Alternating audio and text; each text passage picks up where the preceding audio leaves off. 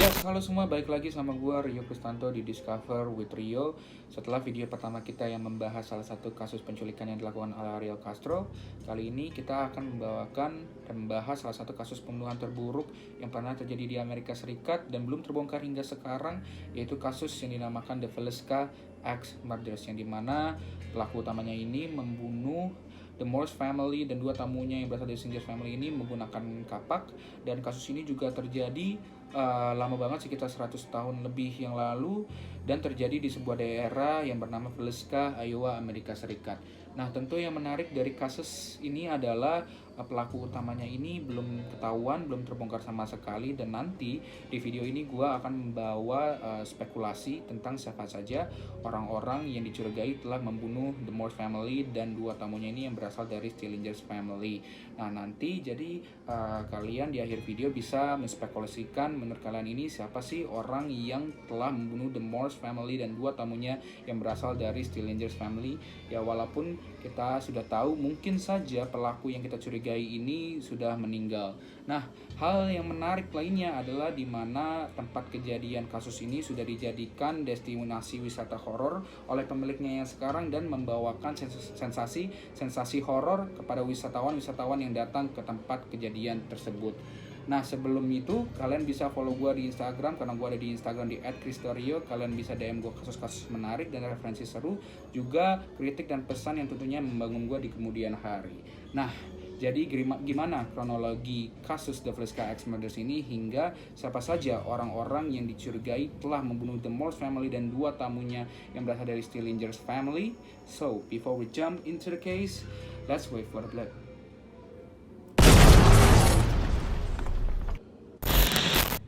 The Villisca Axe Murders adalah salah satu kasus pembunuhan terburuk yang pernah terjadi di Amerika Serikat, dan pelaku utamanya ini menggunakan sebuah kapak untuk membunuh secara sadis The Morse Family dan dua tamunya yang berasal dari Stillingers Family.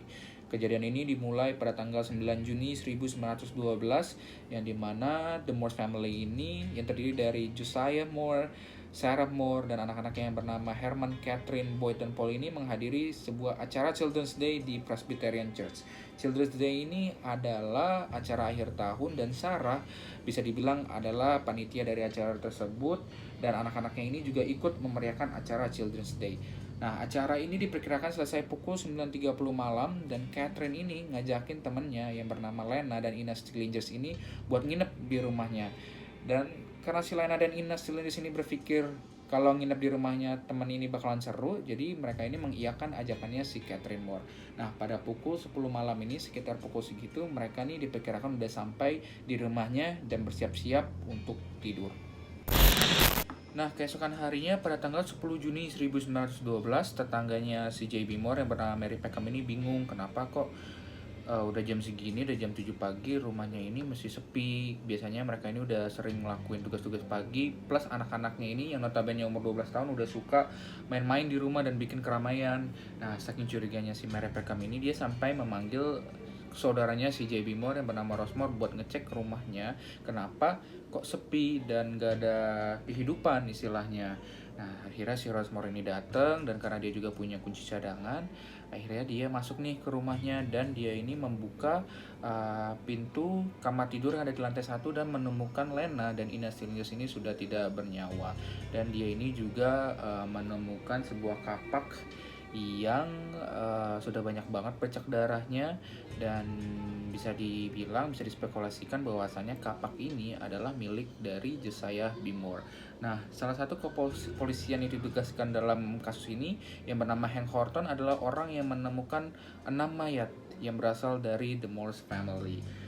Nah, jadi ada beberapa kejanggalan di mana si pelaku utama ini melakukan semacam ritual, yang dimana sebuah daging ini ditemukan di samping kapak di kamarnya Lena dan Ina Stillingers, dan cermin yang semuanya ini ditutupi pakai kain putih, dan juga sebuah piring dengan makanan yang belum dimakan dan semangkuk penuh darah. Tentu hal tersebut bisa kita spekulasikan sebagai ritual, dan si pembunuh ini mungkin saja cara tersebut adalah caranya si pelaku utama ini untuk menyembah makhluk yang ada di luar sana. Nah, tentunya kedelapan mayatnya ini, kedelapan mayat, enam anggota The Morse family dan dua saudari The Stillinger family ditemukan di kasur tidur mereka masing-masing, dan mukanya ini ditutupi pakai bed cover, dan semua ini dalam kondisi yang tragis, kecuali Lena yang ditemukan tidak jauh dari kasurnya, dan di lututnya ini nih, di lututnya si Lena Stillinger ini ditemukan sebuah luka yang bisa kita spekulasikan sebagai perlawanan si Lena Stillinger ini kepada si pembunuh. Jadi banyak orang yang berasumsi bahwasannya si Lena ini sempat bangun ketika pembunuhan ini terjadi. Nah, semua mayat seperti yang gue tadi bilang ditemukan dalam kondisi yang menyeramkan, apalagi si JB Moore, yang dimana banyak website yang mengatakan kalau mukanya si JB Moore ini udah dipukul pakai kapak lebih dari 30 kali, sampai kedua bolang matanya ini udah keluar.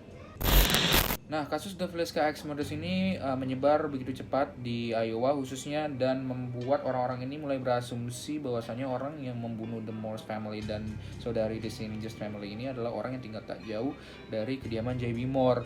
Nah, si pelaku utamanya ini juga melakukan aksinya dengan bersih, tidak ada pintu yang dirusak, tidak ada jendela yang juga yang dipecahkan, sehingga muncul asumsi di mana si pelakunya ini nih udah stay di loteng sebelum si The Morse family dan dua tamunya yang Stillinger family ini nyampe ke rumah setelah pergi dari Children's Day di Presbyterian Church. Nah, sangat disayangkan kalau bahwasannya ini teknologi sidik jari juga tidak semutakhir seperti sekarang, hingga pihak berwenang pada saat itu mengeluarkan spekulasi tentang siapa saja orang-orang yang dicurigai telah membunuh The Morse family dan dua saudari dari Stillinger family secara sadis, secara brutal menggunakan kapak. Orang yang pertama adalah Frank Jones. Dia adalah seorang senator negara dan juga local businessman yang bergerak di bidang perangkat keras dan pertanian. Dan dulu ini J.B. Moore sempat kerja bareng sama si Frank Jones. Si Frank Jones ini sebagai bosnya dan si J.B. Moore sebagai bawahannya. Dan sehabis itu J.B. Moore ini keluar dari pekerjaannya karena ingin membuka usaha sendiri. Nah, menurut penduduk Villisca nih, usahanya si J.B. Moore ini bisa dibilang laku dan mampu menyaingi usaha yang dimiliki oleh Frank Jones. Plus ada rumor yang beredar bahwasannya si J.B. Moore ini terkait kasus perselingkuhan dengan menantunya si Frank Jones. Dan pada akhirnya nih, karena kesel usahanya si Frank Jones ini disaingi sama bawahannya yang dulu kerja sebagai bawahannya, plus rumor yang beredar tentang perselingkuhan si J.B. Moore, jadi mungkin saja si Frank Jones ini bisa dicurigai telah mempekerjakan seorang pembunuh bayaran yang disebut-sebut sebagai orang yang dicurigai nomor 2, yaitu William Blackie Mansfield. Namun pada akhirnya si Frank Jones ini juga ditangkap dan diinterogasi, namun dibebaskan karena bukti yang sangat kurang dan tidak ada koneksinya dengan apa yang terjadi di Villisca. William Blackie Mansfield adalah orang yang sebenarnya sangat dicurigai telah menjadi pelaku utama di kasus The Villisca Axe Murder. Nah, Detektif Wilkerson, detektif yang ditugaskan untuk menginvestigasi kasus ini, percaya kalau si Mansfield ini adalah orang yang pecandu kokain dan serial killer. Si detektif Wilkerson ini juga mempercayai kalau Mansfield ini adalah orang yang bertanggung jawab atas pembunuhan yang Mansfield lakukan, yang dimana si Mansfield ini membunuh istrinya, anaknya, ayahnya, dan ibu mertuanya ini menggunakan senjata yang sama seperti kasus The Villisca, yaitu menggunakan kapak 2 tahun setelah kejadian The Villisca ini terjadi. Nah, si Mansfield ini juga dipercayai bertanggung jawab atas pembunuhan lainnya, yang dimana dia ini juga membunuh Jenny Peterson dan Jenny Miller di Aurora, Colorado 4 hari sebelum kejadian The Villisca.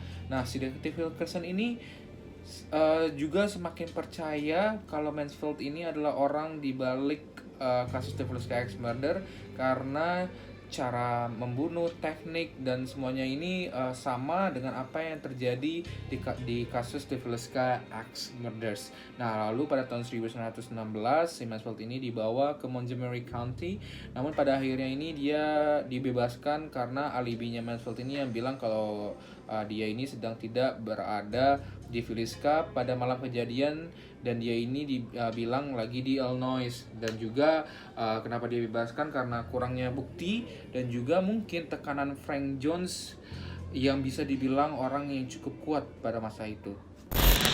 Selanjutnya ada Reverend George Jacqueline Kelly. Dia ini adalah seorang pendeta keliling yang menetap di Iowa, dan si Jacqueline Kelly ini juga ikut hadir di malam Children's Day yang dimana The Morse Family dan 2 saudari The Sillinger Family juga ikut hadir.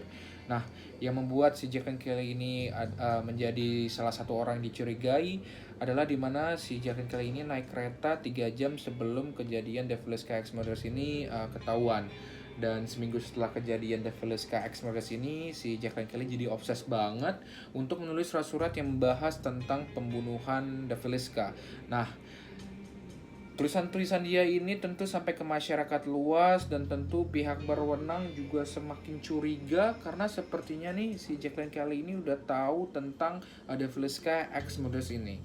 Nah, pihak berwenang ini sebenarnya juga melakukan penyelidikan secara diam-diam pada tahun 1912 dan melakukan laporan secara perorangan, hingga pada akhirnya nih si Jacqueline Kelly juga dibebaskan dari segala penyelidikan dan segala kecurigaan karena mungkin posisi dia sebagai pendeta juga, dan sebenarnya dia mempunyai gangguan kesehatan mental dan gangguan kesehatan yang sebenarnya mengganggu cara si Jacqueline Kelly ini berpikir. Tidak hanya William Blackie Mansfield, seorang serial killer lainnya yang bernama Henry Moore juga disebut sebagai pelaku utama di Villisca Axe Murders ini. Nah, Henry Moore ini tidak mempunyai hubungan darah dengan Josiah B. Moore. Nah, seorang kepolisian yang ditugaskan untuk menginvestigasi kasus ini yang bernama McCaughey bilang kalau si Henry Moore ini adalah seorang serial killer, dan ia ini dituduh telah membunuh ibunya dan neneknya di Missouri sebulan setelah kasus pembunuhan The Villisca, yang dimana nih Henry Moore menggunakan senjata yang sama dengan apa yang terjadi di Villisca, yaitu dengan kapak. Nah, 9 bulan sebelum kejadian Villisca, kasus pembunuhan yang sama juga terjadi di Colorado Springs, yang dimana satu keluarga nih ditemukan meninggal ketika tidur dan dipukuli pakai kapak. Nah, sebulan kemudian, pada Oktober 1911, sebuah keluarga ditemukan dibunuh ketika tidur juga di Monmouth, Illinois, hingga setelah kejadian tersebut seminggu kemudian ditemukan 5 orang anggota keluarga juga mati dibunuh pakai kapak di Ellsworth, Kansas, seminggu sebelum The Villisca Axe Murders ini nih terjadi. Nah, hingga pada akhirnya nih si McCaughey ini dapat semua informasinya ternyata dari ayahnya si Henry Moore yang bekerja di Leavenworth, Kansas Federal Penitentiary sebagai sipil. Ya, karena notabene info yang didapat McCaughey ini dari seorang sipir, jadi informasi dari McCaughey ini sebagian besar diabaikan dan Henry Moore ini dianggap tidak melakukan tindakan kejahatan yang berlebih. Nah, orang yang sebenarnya posisinya ini cukup jauh untuk dikaitkan dengan kasus ini ternyata juga bisa kena, yaitu Andy Sawyer, orang yang bekerja sebagai pekerja jembatan yang namanya juga sering disebut di kalangan masyarakat dan media massa. Nah, si Andy Sawyer ini mulai dicurigai karena setelah The Villisca Axe Murders ketahuan kejadiannya, dia ini membeli koran yang front page-nya ini tengah membahas The Villisca Axe Murders. Nah, tentunya si Andy Sawyer ini sebagai pekerja jembatan juga mempunyai bos ya yang bisa dikatakan sebagai mandor. Nah, mandornya ini semakin curiga sama si Andy karena si Andy ini tiap hari selalu nanyain tentang perkembangan kasus ini, terutama apakah pelaku utama di kasus Villisca Axe Murders ini udah ketahuan apa belum. Plus teman-temannya juga semakin takut karena Andy ini sering tidur dengan kapak yang ada di sampingnya. Nah, si Andy ini juga semakin dicurigai karena si Andy bilang pada saat malam The Villisca Axe Murders ini terjadi, dia ini lagi ada di Villisca dan dia ini ketakutan karena takutnya ini dia ditunjuk sebagai pelaku utama di kasus The Villisca Axe Murders. Hingga karena mandornya ini udah curiga banget, teman-temannya juga udah pada takut, akhirnya nih si Andy Sawyer ini dilaporin dan dibawa ke pihak berwenang pada tanggal 18 Juni 1912. Namun pada akhirnya nih si Andy Sawyer akhirnya dibebaskan karena si Andy Sawyer ini dapat membuktiin kalau si Andy ini ternyata pada malam itu dia lagi di Osceola, Iowa. Jorix adalah orang yang juga dicurigai sebagai pelaku utama di balik kasus The Villisca X Murders ini. Nah, dia ini ditangkap ketika lagi turun dari kereta di Monmouth, Illinois, ketika sepatunya ini lagi banyak banget bercak darahnya. Nah, ketika polisi ini tahu, langsunglah si polisi ini langsung ngasih informasi via telegram ke Miss Van Gilder, salah seorang saudara dari J.B. Moore, Josiah B. Moore, dan juga saksi di mana ia nih didatangi orang asing yang menanyakan di mana rumah J.B. Moore pada Sabtu pagi sehari sebelum kejadian di Villisca. Nah, pada akhirnya nih si Van Gilder ini akhirnya datang dan melihat mukanya si George ini, namun pada akhirnya si Miss Van Gilder ini bilang kalau George ini bukan orangnya karena beda watak dari cara bicara, juga perilakunya juga beda. Namun sangat disayangkan si Miss Van Gilder ini lupa gimana bentuk muka dari orang asing tersebut yang menanyakan di mana sih rumah si J.B. Moore. Nah, selain itu sebenarnya sih si George ini ngasih info yang benar-benar valid kalau ini dia sebenarnya datang dari Clarinda, sebuah daerah di Iowa, dan noda darah di sepatunya ini dia dapat karena perdagangan dengan seorang gelandangan. Nah, itu dia beberapa orang yang dicurigai telah membunuh The Morse family dan dua tamunya yang berasal dari Stillinger's family menggunakan kapok ya secara sadis dan secara brutal. Namun sangat disayangkan kemajuan teknologi untuk mengetahui siapa pelaku utama nih belum semutakhir seperti sekarang, dimana nih kalau misalkan saat itu udah ada teknologi DNA atau sidik jari, mungkin saja akan gampang banget untuk menemukan siapa pelaku utama di balik kasus The Villisca X Murders ini. Nah, jadi menurut kalian nih siapa sih orang di balik kasus The Villisca X Murders ini? Nah, rumah tempat kejadian The Villisca X Murders ini terjadi ini sebenarnya sudah berganti-ganti pemilik dari tahun ke tahun hingga pada tahun 1994 seorang wanita yang bernama Martha Lynn membeli rumah tersebut dan merenovasi, juga menjadikan tempat kejadian The Villisca ini menjadi destinasi wisata horor. Nah, banyak banget wisatawan yang kepengen datang ke sana dan merasakan sensasi-sensasi horor, juga ditambah pengalaman horor penduduk yang tinggal di sekitar rumah tersebut, di mana mereka nih sering mendengar langkah-langkah kaki dalam rumah tersebut, plus anak yang sering ketawa di dalam rumah tersebut. Nah, kejadian di Villisca X Murders ini juga diangkat ke sebuah film yang tentunya bergenre horor, tapi memiliki ending yang berbeda dengan apa yang terjadi di realita. Itu dia salah satu kasus pembunuhan terburuk yang pernah terjadi di Amerika Serikat, yaitu The Villisca X Murders. Nah, bagi kalian nih yang suka film-film horor, kalian sebenarnya bisa nonton film The Villisca X Murders ini karena recommended banget. Nah, jangan lupa untuk like, share, dan subscribe. Dan tentunya di next video gue akan mencoba kembali menjadi storyteller yang baik kepada kalian dengan segala kekurangan yang gue punya. So, let's discover with Rio next time. Bye-bye.